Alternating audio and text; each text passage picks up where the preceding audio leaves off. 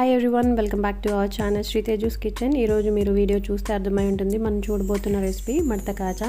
ఇక ప్రాసెస్ ఏంటో చూద్దాము. ముందుగా ఒక మిక్సింగ్ బౌల్ తీసుకుని 2 కప్స్ మైదాని యాడ్ చేసుకోవాలి. మనం ఏ కప్తో అయితే తీసుకుంటున్నామో మైదాని అదే కప్తో మిగిలిన మెజర్మెంట్స్ కూడా తీసుకోవాలి. ఇప్పుడు దీంట్లోకి చిటికెడు సాల్ట్ని యాడ్ చేయండి. అలాగే 2 టేబుల్ స్పూన్స్ వేడి చేసిన నెయ్యిని యాడ్ చేసుకోవాలి. ఇలా గీ వేసి కలిపిన తర్వాత పిండిని ముద్ద చేయగలగాలి. మీకు వీడియోలో చూపిస్తున్నట్టుగా ఇలా ఒకవేళ మీకు ముద్ద అవ్వకపోతే మరొక టేబుల్ స్పూన్ గీని యాడ్ చేయండి. ఇప్పుడు దీంట్లోకి కొద్దిగా వాటర్ని యాడ్ చేసుకుని సాఫ్ట్ చపాతీ పిండి ముద్దలాగా కలుపుకోవాలి.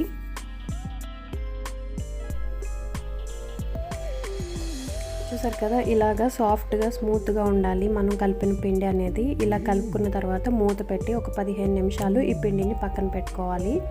ఇప్పుడు మనం షుగర్ సిరప్ని ప్రిపేర్ చేసుకుందాము. దీనికోసం ఒక బౌల్ని పెట్టుకుని దీంట్లోకి 3 కప్స్ షుగర్ని యాడ్ చేసుకోవాలి. ఈ షుగర్ అంతా కరగడానికి దీంట్లోకి 1/4 కప్పు వాటర్ని యాడ్ చేసుకోవాలి. షుగర్ అంతా బాగా కరిగిన తర్వాత గరిటతో కలుపుకుంటూ మనం పాకాన్ని చెక్ చేసుకుంటూ ఉండాలి. ఈ కాజా తయారు చేసుకోవడానికి మనకి తీగ పాకం కన్సిస్టెన్సీ రావాలి.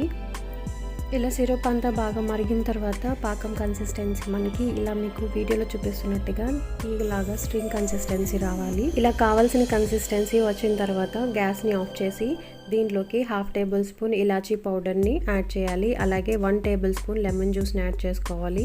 ఈ లెమన్ జ్యూస్ యాడ్ చేయడం వల్ల షుగర్ అనేది క్రిస్టలైజ్ అవ్వకుండా ఉంటుంది. ఇప్పుడు పాకాన్ని ఒకసారి మిక్స్ చేసి దీనికి మూత పెట్టి ఓ పక్కన పెట్టుకుందాము. ఇప్పుడు నానబెట్టి పక్కన పెట్టిన పిండిని తీసుకుని 2 నిమిషాలు ఇలా పొడి పిండిని చల్లుకుంటూ నీట్ చేసుకోవాలి. ఇలా 2 నిమిషాలు బాగా నీట్ చేసిన తర్వాత ఈ పిండి ముద్దని 2 పోర్షన్స్గా డివైడ్ చేసి ఒక పిండి ముద్దను తీసుకుని పొడి పిండిని చల్లుకుంటూ పల్చని చపాతీలాగా ఒత్తుకోవాలి.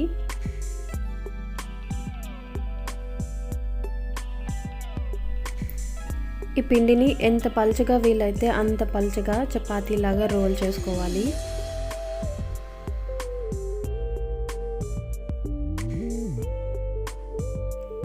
చూసారు కదా, ఇలా ఆల్మోస్ట్ ట్రాన్స్పరెంట్గా మనం చపాతీని ఒత్తుకున్న తర్వాత మనకి ఎడ్జెస్ అనేవి అన్ఈవెన్గా ఉన్నాయి కాబట్టి ఒక నైఫ్ తీసుకుని వీటి అంచుల్ని కట్ చేసుకోవాలి.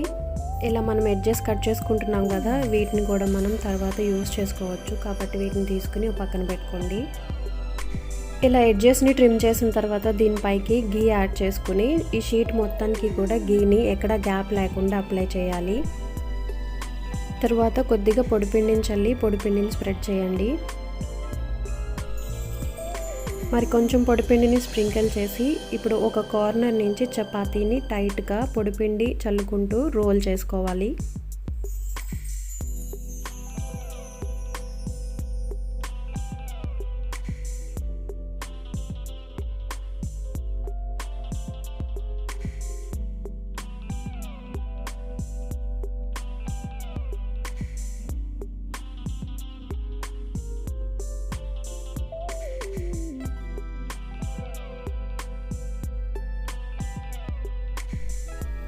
ఇలా చివరి వరకు రోల్ చేసుకున్న తర్వాత మనం కట్ చేసి పక్కన పెట్టుకున్న ఎడ్జెస్ ఉన్నాయి కదా, వాటిని కూడా ఈ చివరి పెట్టి చపాతీ కర్రతో పల్చగా ఒత్తుకోవాలి.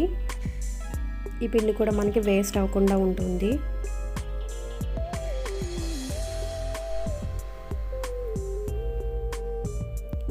ఇక్కడ మనకి ఎడ్జెస్ అనేవి అన్ఈవెన్గా ఉన్నాయి కాబట్టి వీటిని ఒకసారి ట్రిమ్ చేసుకుని ఈ ఎడ్జెస్కి వాటర్ని అప్లై చేసి చపాతీ రోల్ విడిపోకుండా టైట్గా సీల్ చేసుకోవాలి.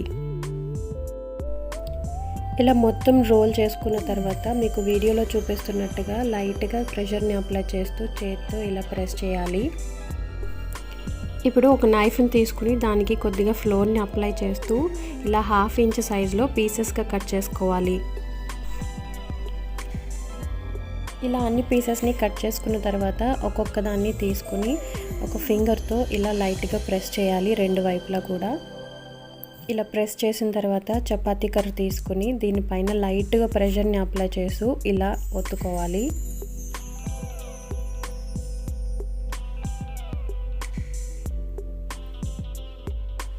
ఇలా అన్నిటినీ రెడీ చేసుకుని ఒక ప్లేట్లోకి తీసుకుని పెట్టుకోండి. ఇప్పుడు డీప్ ఫ్రైకి సరిపడా ఆయిల్ వేసి హీట్ చేసుకోవాలి. ఈ ఆయిల్ హీట్ అయిన తర్వాత దీంట్లోకి తయారు చేసి పక్కన పెట్టుకున్న కాజాల్ని ఒక్కొక్కటిగా వేయాలి. ఈ ప్యాన్కి సరిపడా కాజాల్ని వేసుకోవాలి, ఎక్కువగా వేయకూడదు. అలాగే ఈ ఆయిల్ అనేది ఎక్కువ హీట్గా ఉండకూడదు. చూసారు కదా, మనం వేసిన కాజాలన్నీ కూడా అడుగుకి చేరుకున్నాయి. 30 to 60 సెకండ్స్ తర్వాత కాజాలు పైకి తేలుతాయి. ఇలా పైకి తేలిన తర్వాత హీట్ని మీడియం ఫ్లేమ్కి అడ్జస్ట్ చేసుకుని ఈ కాజాల్ని ఫ్రై చేసుకోవాలి. ఇలా కాజాలు పైకి ఫ్లోట్ అయిన తర్వాత మీకు వీడియోలో చూపిస్తున్నట్టుగా గరిటతో ఇలా అంటూ ఉంటే ఆయిల్ అంతా కూడా లేయర్స్లోకి వెళ్ళి లేయర్స్ అన్నీ బాగా విచ్చుకుంటాయి.